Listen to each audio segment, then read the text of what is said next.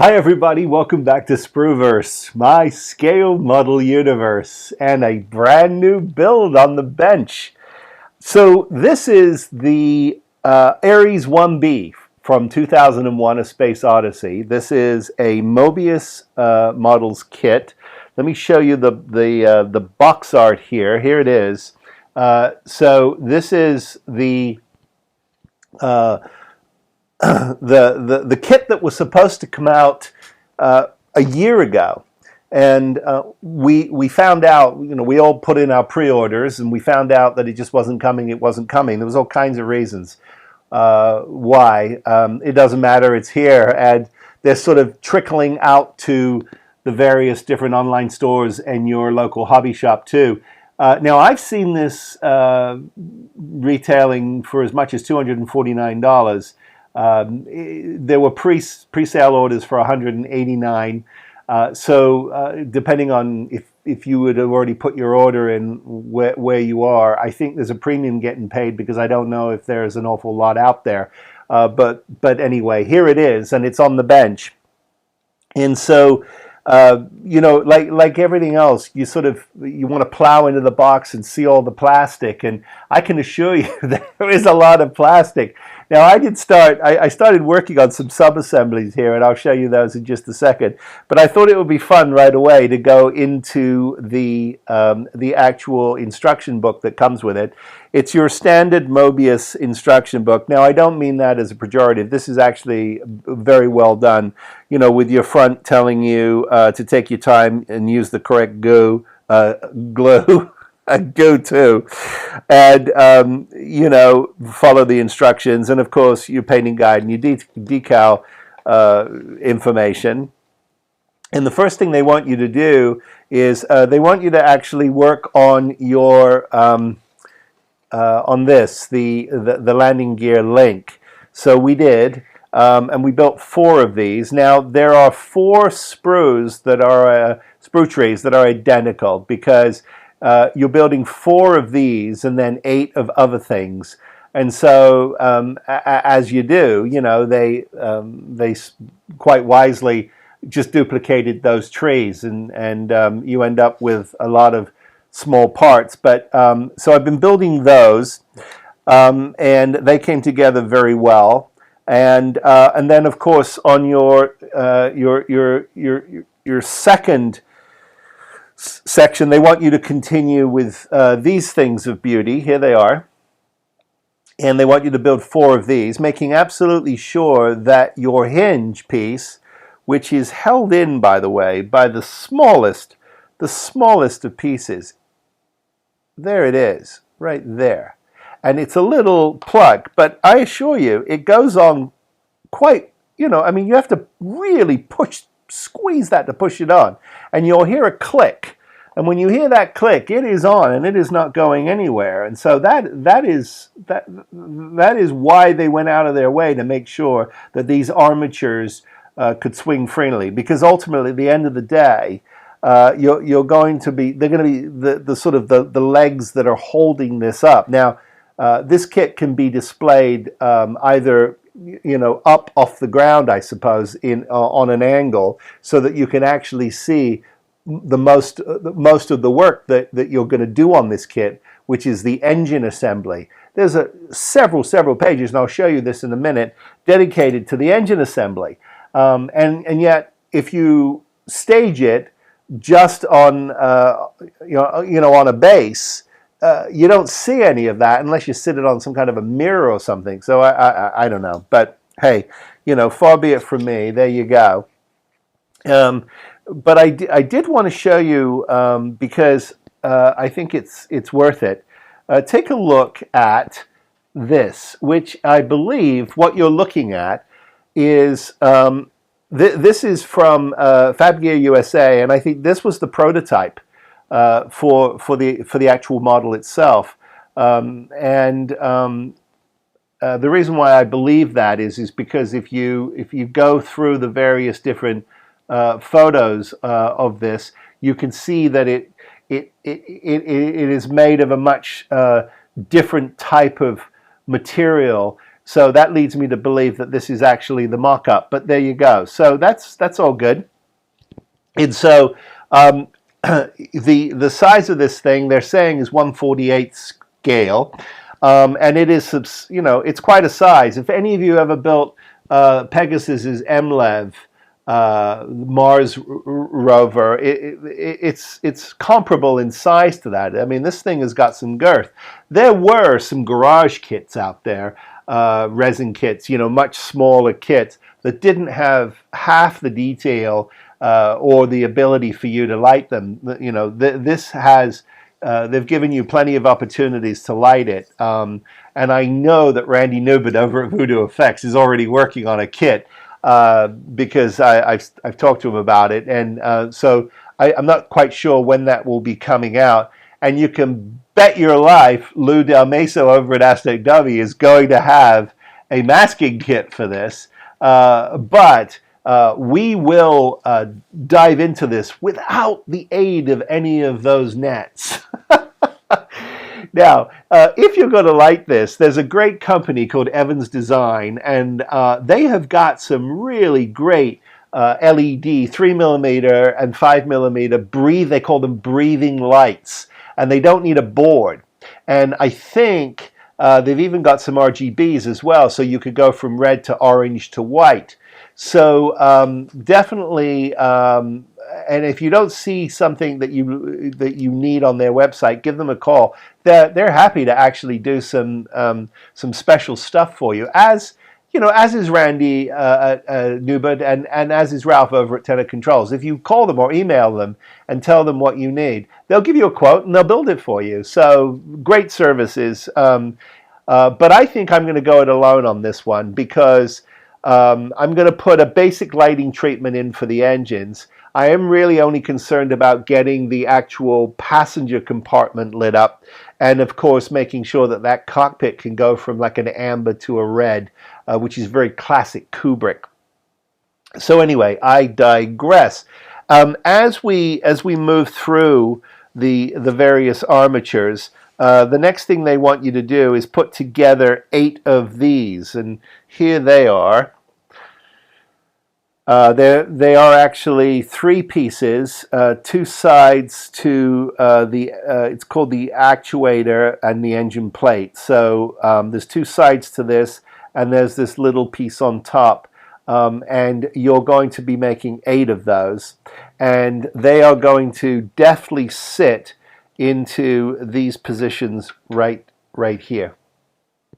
And then your armatures are going to live in these wells right here, which is why you have to make absolutely sure that you're not going to get any paint or glue or on any part of the armature itself that could prevent it from moving. I mean, they've gone to great pains to make sure that these armatures can actually recess into the 4 wells, and there's a plate to cover them. So because they've gone to so much trouble, I think we should go to that much trouble at least to make sure that we take care not to gum up the works, as it were.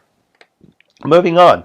So the next thing they will want you to work on is the engine body itself, and so you'll get 4 of these, and then you've got plates that will work around them.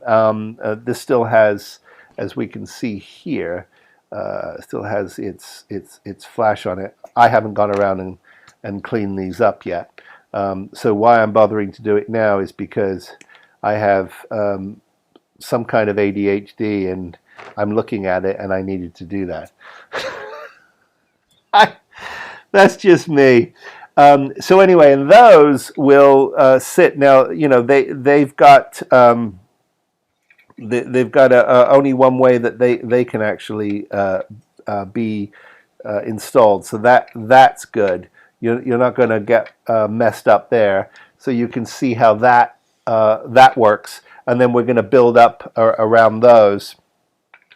And you can see from the instructions that there's a tremendous amount of detail here that you're going to go through to actually build these up. This is quite a big, it's quite a big box, guys. I mean, there's a lot of there's a lot of material in here. I mean, this is one of those bigger kits in terms of parts and size. So it's probably one of the reasons why the price, and of course the cost of manufacturing now has gone through the roof. So that they continue to work on the engines. Now, as I mentioned earlier, we've got 7, 8, 9, 10, 11, 12, 13, 14 steps, 15 steps associated just with the landing gears, the engines and housing, and the armatures. I mean, a lot of time on the bottom of this kit, which, as you know, means that that's where all of the modeling is. As you get into the passenger compartment and the roof, you just get you just get this. But it's beautifully cast. All the lines are very crisp.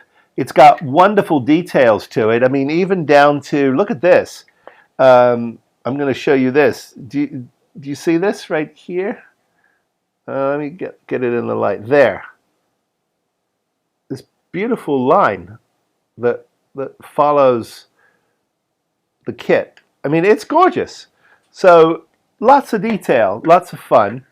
The clear parts that you get there's not a lot of them. However, the parts that you do get allow you to actually light your engine. So this part here sort of coincides with this part here on the model. So you can see on this mock-up, early mock-up of it, they've just simply painted those engine compartments, as you can see there. But we have them in clear right here. So lots of opportunity to light those engines and to have fun with them, going from perhaps a cool white to an orange to a red. I mean, to sort of play with the various different modes of it firing up. That could be a lot of fun. And then you've got clear windows, and you've got the glass for the light soffits in the ceiling of the passenger compartment. And so that's all there. And as always, you want to really be careful with these clear parts, because they will they tend to be fragile, as always. So there you go. We'll continue to work on the engines and build everything up. Now, I should say that the bulk of this kit, as we go through all the various different sections, is in a white slash off-white, until you get to this section here, which is your passenger compartment and floor. That's when you have an opportunity to actually get some color into this kit. And so I'm excited about that, because as you can see, they've put a lot of thought into making this look like it has all of the detail of the filming miniature, and that's impressive. Now, the filming miniature, I happen to know, was actually bought at auction for $344,000 by the Academy of Motion Picture Arts and Sciences, who now have a permanent home and film archive museum here in Los Angeles. So excited to actually probably go do a pilgrimage. Maybe we'll do that for the second episode and shoot a little video of that and get some close-ups of what that thing actually looks like, and how it was aged, and if they've done any preservation or conservation to it. It'll be interesting to see. But that's our opportunity to get some color into this, as I said. So I'm excited about that. And then, of course, as we go forward, curiously, you start to get into some of the details. Now, this is a bit that I actually, I'm actually getting a kick out of, to be honest with you. So here, you've got the various different walls that are going to surround the seating area, you know, where you sort of come into the seating area. And you've got a wall that has a TV on it. You've got two of those. And then you've got what they call the toilet walls. So I guess where the bathrooms are. I kid you not. They actually, look, they call them the toilet wall. There it is. And so you've got your A and B wall for television and your lights and your toilets. And so we can have a lot of fun detailing those. And then you're going to get into the elevator and the toilet access doors. I kid you not. That's what they want you to do. And then, of course, you get into the cockpit. Now, the fun thing about the cockpit is, and here is a mock-up of that. Not the best of views, but you do get a chance to see that there's quite some detail in that. And curiously, with the cockpit assembly, they when they tell you how to actually paint it, you get two views of that. You get the basic view, which I think is kind of cool, and then they show you the cockpit in red, and it says, and I'll get you closer so you can see what it says. It says, simulated cockpit red lighting optional. Now, that is confusing to me. Are they telling you to actually paint the bloody thing in red, which you certainly could do, and use a warm white light to kind of brighten it up? But why would you do that? The lighting should be red. So what they should have said was, this is, you know, you can use, if you choose to light it, use red lights and you'll get a red glow in the cockpit, which is very Kubrick. But they didn't. So that was a little confusing to me. And then, of course, on the exterior detail, they want you to, they note here, which I think is interesting, you know, weathering the exterior using airbrushing, washes and wipes, and then they show you where it should be just flat black and light gray, but they don't really explain to you whether that is a panel that is a light gray over your white, or, you know, under your white and then washed out a little bit, or whether or not you're just supposed to put gray stuff on it. I don't know. Personally, what I think is that the whole thing is a world of insignia white. That's the sort of the white that Tamiya makes. It is a really good enamel spray, rattle can spray, and actually it's lacquer. I apologize. You know, an acrylic base, but it has a lacquer component to it. But it is really good, and it dries really rock hard, and it is fantastic to put washes over. I mean, you can really, you know, you hit that with some varnish, and away you go. It's a thing of beauty, and it takes decals well as well. But sadly, we don't have any for the exterior of this, except for a couple of caution decals. But anyway, so you can see that they've actually shown us what the interior looks like, and then of course when you put your dome, here's your dome. You just put this over here. Obviously, you know, you've got pegs, as you can see here. You've got these pins that will hold the dome. Here's the dome. You can see to those pins, and that's how you can actually hold that in place. So that's good. And that means that we don't have to actually glue this in place, and you shouldn't either, because otherwise all that work you did on the inside you'll just never ever see, which is not the end of the world, because you can look through the windows if that's what you want to do. Your call. But I think I'm going to not glue this down if possible, if I get a nice seal on it, so that we can at least see all of our work on the inside.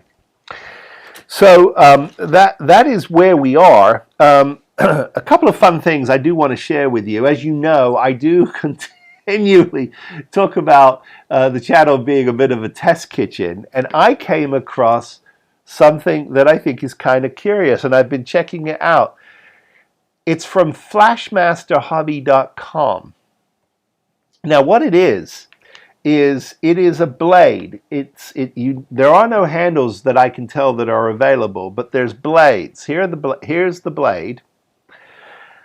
And the thing about this blade that I'm actually in love with is just how incredibly flexible it is. If I bend it, do you see how easily that just bends like that?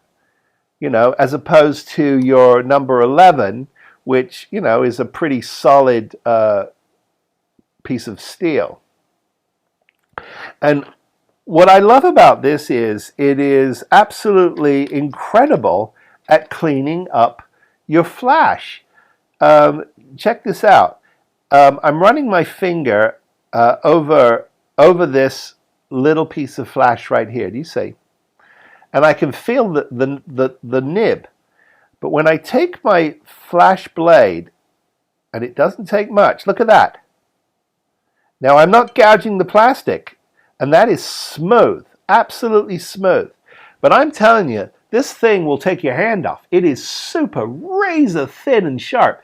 But the effortless way that it actually takes off the flash is incredible. Now, I'm not paid to say this, guys. I just found this and wanted to share it with you because I think it's really worth it. The other thing too is because of its flexibility, it allows you to get into some very awkward places and clean them up, and it does a really good job. So anyway, and I think I paid about $9 for that for a set of 10. Not terrible. I think it's very fair and well worth checking out, I think. So I'm going to continue to build up these smaller parts. Once I get all of these engines done, which I'm working on now, I'm going to I'm going to be sort of giving everything a coat of primer. And then painting everything before I put it together, because if I go any further with these parts, what I'm really concerned about is it's going to be impossible to get into some of the nooks and crannies and actually get paint where I want it. And I don't want I don't want to be having to force an airbrush down inside somewhere and risk dripping and all kinds of a mess. So better prime everything in its sub-assembly state. And then once it's got a coat of primer on it, then go to town on your base coat. And for me, that is the go-to, the Insignia White from Tamiya. So I think there'll probably be 2, maybe 3 parts to this build series. So the next time we'll see this, I will probably have all of the engine parts together, and we'll probably do a little more of a build up on the next episode once we see where we've got after everything is primed and put together. But a lot of fun. I mean, I got to tell you, this was a kit well worth waiting for. And there's not a lot of science fiction stuff coming down the pike. I mean, yes, the Grissom just came out. And I know there's a few other Star Trek kits that are coming, but other than that, you're forced to kind of go to the garage kit / resin world to find anything super unique. That's not to say that we don't have a lot of models to build on the channel this year, because we do, and we'll be going through them. But it's great to be on the bench with something I can work on the bench. It's great to be playing with sprue, and it's certainly great to be building this iconic model. And then as we get a little further into it, we'll sort of get into the deeper discussion about how we're going to display this, okay? So thanks for coming along on the journey with me as always. If you're new to the channel, welcome. Please like and subscribe if you like what you see. There's plenty of content for everybody. You can follow my detailed sort of daily exploits on my Instagram channel, which is Spruverse. I post nearly every day, just sort of updates on my on where I am on things and the various different sort of detail work that I'm working on. So that's fun. But again, until we meet again, I wish all of you be safe, be well, build something, guys. Come on, let's build something, and we'll see you next time. Take care, everybody.